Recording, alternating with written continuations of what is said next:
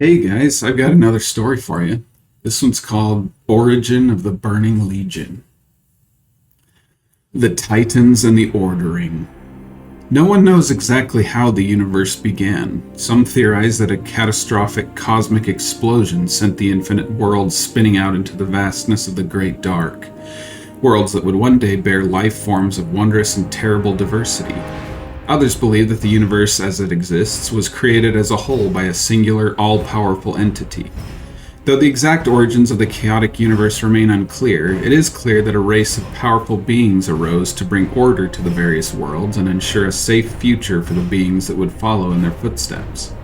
The Titans, colossal, metallic-skinned gods from the far reaches of the cosmos, came forward and set to work on the worlds they encountered. They shaped the form of their worlds by raising mighty mountains and dredging out vast seas. They breathed skies and raging atmospheres into being, all part of their unfathomable, far-sighted plan to create order out of chaos. They even empowered primitive races to tend to their works and maintain the integrity of their respective worlds. The Titans, ruled by an elite sect known as the Pantheon, brought order to 100 million worlds scattered throughout the great dark beyond during the first ages of creation. The benevolent Pantheon, seeking to safeguard their structured worlds, was ever vigilant against the threat of attack from the vile extra-dimensional entities of the twisting Nether. The Nether, an ethereal dimension of chaotic magics that connected the myriad worlds of the universe together, was home to an infinite number of malefic, demonic beings who sought only to destroy life and devour the energies of the living universe. The pure-hearted, altruistic Titans, unable to conceive of evil or wickedness in any form, struggled to find a way to end the demon's constant threat. Sargeras and the Betrayal. To combat the demonic entities that made their way into the Titans' worlds from the twisting Nether, the Pantheon elected their greatest warrior, Sargeras, to act as their first line of defense. Sargeras, a noble giant of molten bronze, carried out his duties for countless millennia, seeking out and destroying the demons wherever he could find them.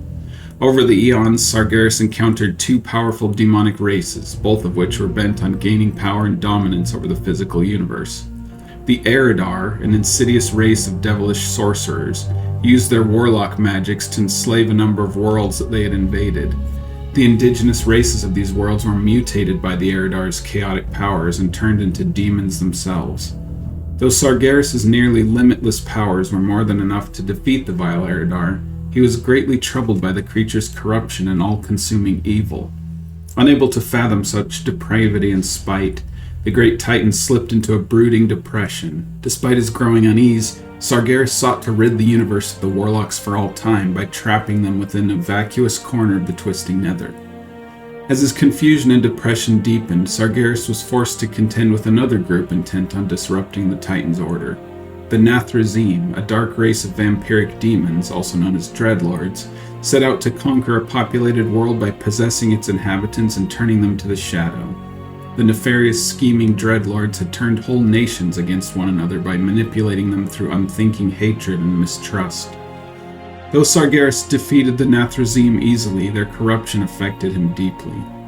The noble Sargeras, unable to process the raging doubt and despair that overwhelmed his senses, lost all faith in not only his mission, but the Titan's vision of an ordered universe as well. Sargeras began to believe that the concept of order itself was folly, and that chaos and depravity were the only absolutes within the dark, lonely universe. Though his fellow Titans tried to persuade him of his error and console his raging emotions, Sargeras disregarded their theories as delusional. Storming from their ranks forever, Sargeras set out to find his own place in the universe. Though the Pantheon was sorrowful for his departure, they would never believe just how far their lost brother would go. As Sargeras' madness consumed the last vestiges of his noble spirit, he began to rationalize that the Titans were truly responsible for creation's failure. Deciding at last to undo their works throughout the universe, he set out to form an unstoppable army that would set the physical universe to the flame. Even Sargeras' titanic form distorted from the corruption that plagued his once noble heart. His eyes, hair, and beard erupted in flames, and his bronze metallic skin split open to reveal an endless furnace of hate and flame. In his madness, Sargeras shattered the prisons of the Eridar and the Nathrazim and set the vile demons free. The cunning demons, bowing before the Dark Titan's vast rage and power, offered themselves to him and swore to serve him in whatever malicious way they could. From the ranks of the powerful Eridar, Sargeras chose 2 champions to lead his demonic army of destruction. Kil'jaeden the Deceiver was chosen to seek out the darkest races in the universe and lure them to Sargeras' shadow. The second champion, Archimonde the Defiler, was chosen to lead Sargeras' vast armies into battle against any who would stand against the Dark Titan's will. Kil'jaeden's first move was to enslave the vampiric Dreadlords under his terrible power. The Dreadlords, serving as his elite guard and agents throughout the universe, took pleasure in their work by locating primitive races for their master to corrupt and bring into the fold. First amongst the Dreadlords was Tichondrius the Darkener. Tichondrius served Kil'jaeden as the perfect soldier and agreed to promote Sargeras' burning will to all the dark corners of the universe. The mighty Archimonde also empowered agents of his own. Calling upon the malefic Pit Lords and their barbarous leader Manaroth, he hoped to forge a fighting elite that would scour creation of all life. Sargeras, seeing that his armies were amassed and ready to follow his every command, launched his raging forces into the vastness of the Great Dark.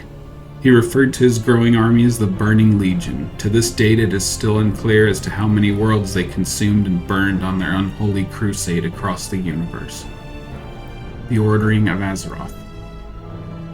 Apparently unaware of Sargeras' mission to undo their myriad works, the Titans continued to move from world to world, shaping and ordering them as they saw fit. Along their journey, they came across a small world that's inhabitants would later name Azeroth.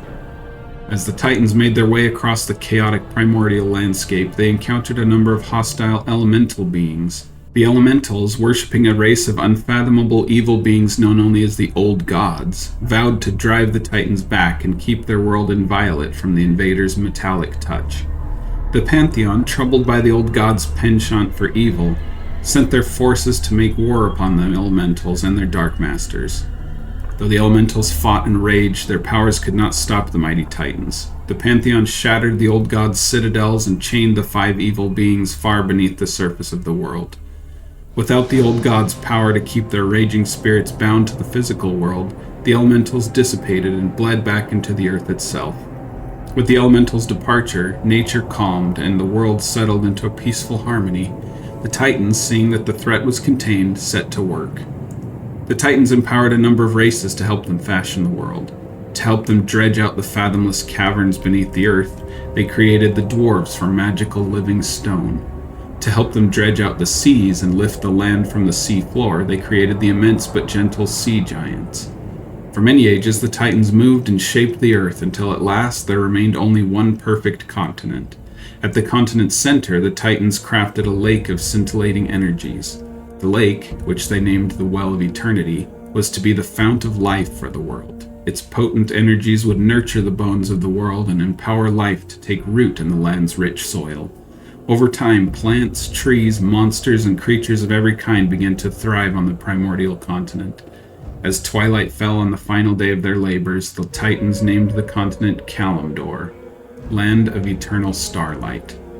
Satisfied that the small world had been ordered and that their work was done, the Titans prepared to leave Azeroth behind. Yet before they departed, they decided to empower the greatest newborn species of the world to watch over Kalimdor should any force ever threaten its perfect tranquility. Each remaining member of the Pantheon imbued a portion of its power to the 5 great dragons awoken in that mythic age. Alexstrasza the Lifebinder, Malygos the Spellweaver, Ysera the Dreamer, Nozdormu the Timeless, and Neltharion the Earthwarder were all empowered by the Titans' vast powers and charged with the world's defense. With the dragons prepared to safeguard their creation, the Titans left Azeroth behind forever. Unfortunately for them, and the small newborn world they had shaped, it was only a matter of time before Sargeras learned of its existence.